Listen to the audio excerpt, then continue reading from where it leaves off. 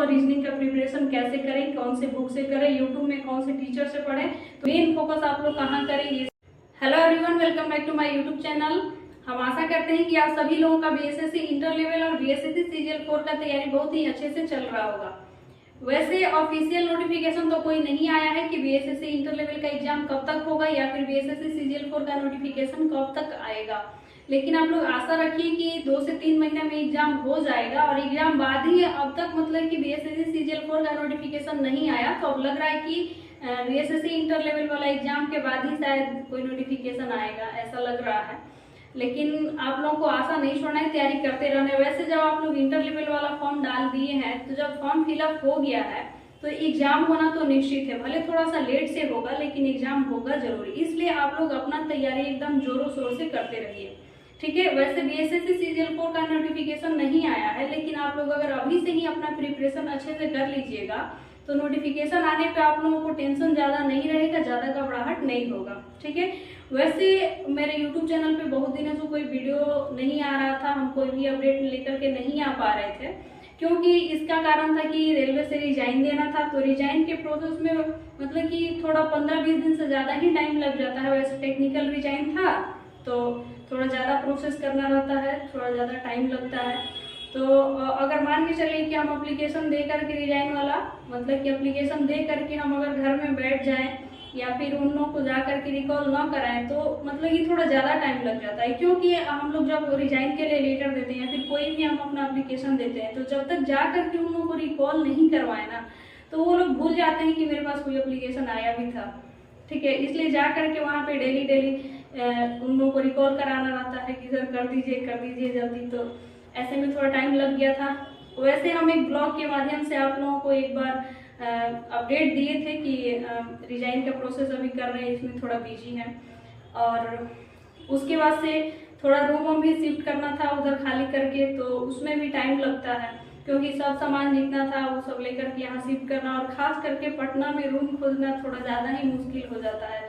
कि मतलब कि आदमी खोजता है कि जहाँ ऑफिस है उसके नियरेस्ट में ही कोई रूम रहे कि आना जाना इजीली हो जाए।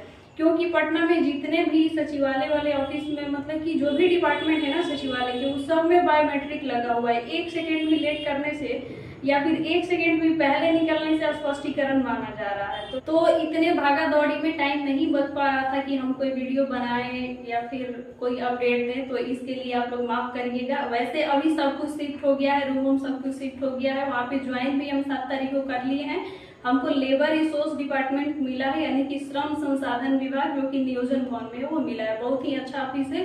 और देखिए, कोई भी एएसओ है, चाहे किसी भी डिपार्टमेंट में वो पोस्टेड है ना, तो सबका काम सेम ही होता है। नोटिंग, ड्राफ्टिंग यानी कि लेटर वगैरह लिखना, यही सब काम होता है। वैसे क्या काम है, ऑफिस कैसा है, मतलब कि कहाँ पे है, ये सब एक वीडियो में हम अलग से बना करके आप लोगों को बता देंगे। लेकिन अभी फिलहाल आप लोग इतना जानिए कि लेबर रिसोर्स डिपार्टमेंट मिला है, जो कि नियोजन भवन में है, और उसका काम मेनली क्या है, तो नोटिंग, ड्राफ्टिंग और लेटर लिखना, ठीक है। और वैसे इस वीडियो को लाने का मेरा मेन मकसद था कि आप लोगों का तैयारी कैसा चल रहा है, नहीं चल रहा है, कुछ मतलब कि बताया जाए।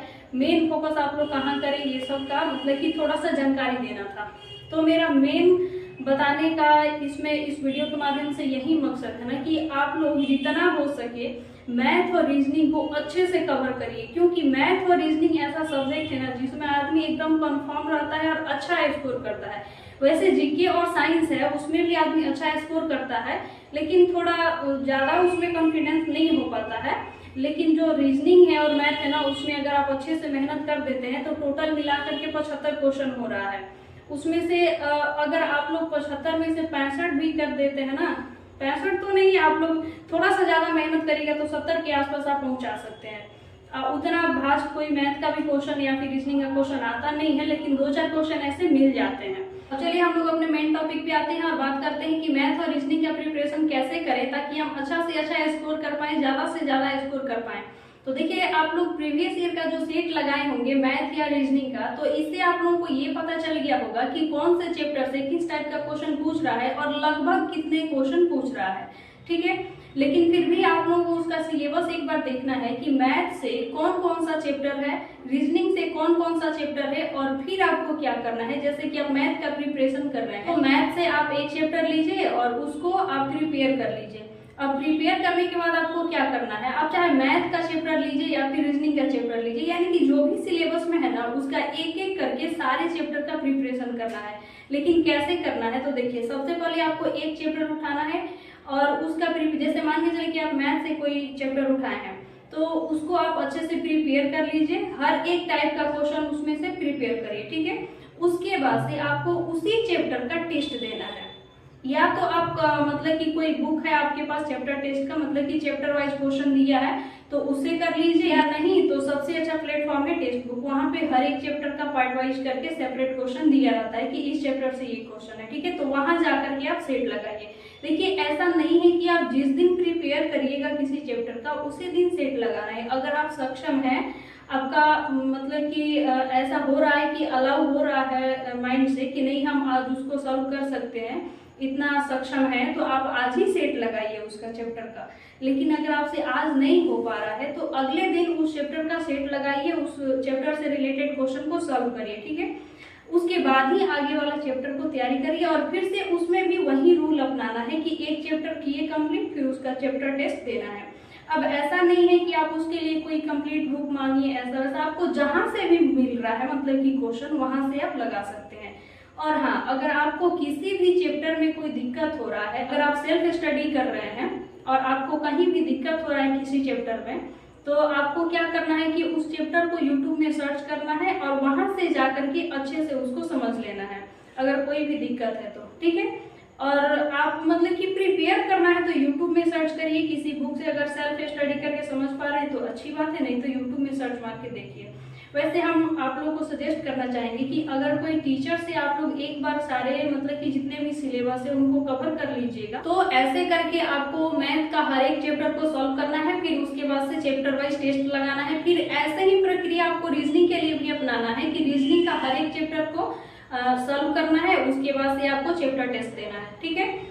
अब देखिए, अब अगर आप सेल्फ स्टडी कर रहे हैं, वैसे आप अगर कहीं कहीं से कोर्स वगैरह लिए हुए हैं या फिर किसी भी टीचर का गाइड लेकर के अगर आप पढ़ाई कर रहे हैं तो वो भी सही है। लेकिन अगर आप सेल्फ स्टडी कर रहे हैं और आपको किसी भी चैप्टर में दिक्कत हो रहा है कहीं से, तो आप क्या करिए कि उस पार्टिकुलर चैप्टर को यूट्यूब में सर्च करिए और बहुत सारे मतलब कि मैथ्स के टीचर वहाँ पे अवेलेबल हैं, फ्री ऑफ कॉस्ट आपको मतलब कि अच्छा सा समझ में आ जाएगा। आपको जिस भी टीचर से समझ में आ रहा है ना उस चैप्टर को आप समझ लीजिए और फिर उसके बाद सॉल्व करिए।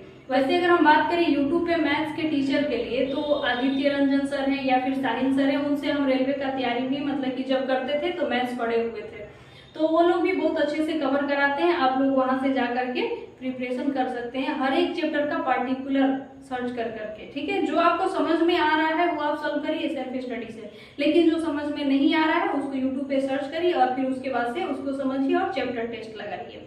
ऐसा ही आपको रीजनिंग में भी फॉलो करना है।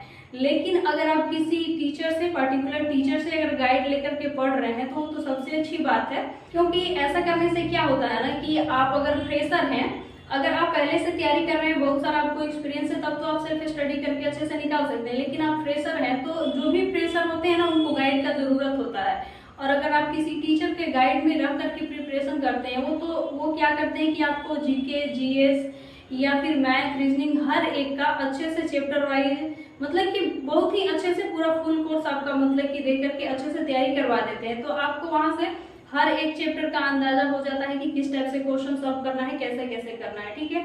और उसके बाद जब आप सेल्फ स्टडी करते हैं ना तो आपको हर एक चीज अच्छे से समझ में आने लगता है और ज्यादा देर तक याद भी रहता है। तो अगर आप सक्षम हैं तो वहां से भी किसी टीचर का गाइड में मतलब कि रह करके पढ़ सकते हैं, और नहीं तो अगर आप सेल्फ स्टडी कर रहे हैं तो ये भी बहुत अच्छी बात है, क्योंकि हम भी जितना भी मतलब कि एग्जाम हम मतलब कि निकाले हैं ना सब सेल्फ स्टडी से ही निकाले हैं। तो ऐसे आप लोगों को हारना नहीं है कि हम किसी टीचर के गाइड में नहीं है तो शायद हम नहीं कर पाएंगे, ऐसा वैसे कुछ नहीं। यूट्यूब पे तो बहुत सारे टीचर हैं, math, reasoning, GK, GS free of cost आपको मिल रहा है, वहां से पढ़ सकते हैं अगर आप पार्टिकुलर किसी टीचर का कोर्स नहीं ले पा रहे हैं तो।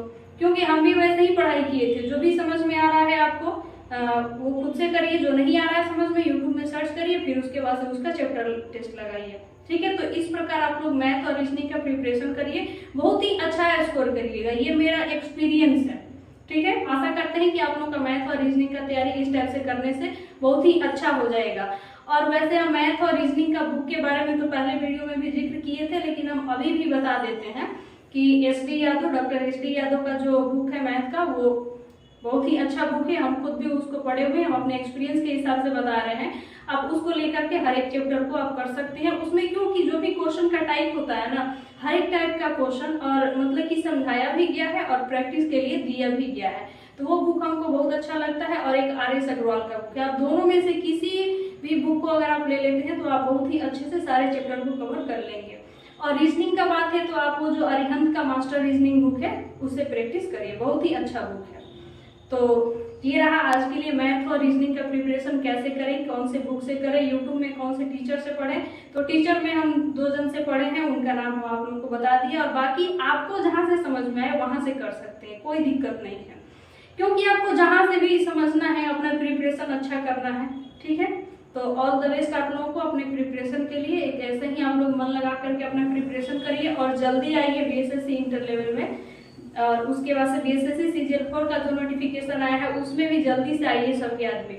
ठीक है, और रही बात की बीएसएससी इंटर लेवल का एग्जाम कब होगा या फिर बीएसएससी सीजीएल 4 का नोटिफिकेशन कब आएगा, तो आप लोग टेंशन नहीं लीजिए, बस प्रिपरेशन आप लोग करिए। कोई भी अपडेट आएगा तो हम आप लोग को जरूर देंगे अपडेट, और सबसे पहले अपडेट देने का कोशिश करेंगे। ठीक है, तो धन्यवाद। आप लोग अपना प्रिपरेशन करते रहिए। आप लोगों के प्रिपरेशन के लिए ऑल द बेस्ट। मिलते हैं फिर नेक्स्ट वीडियो में।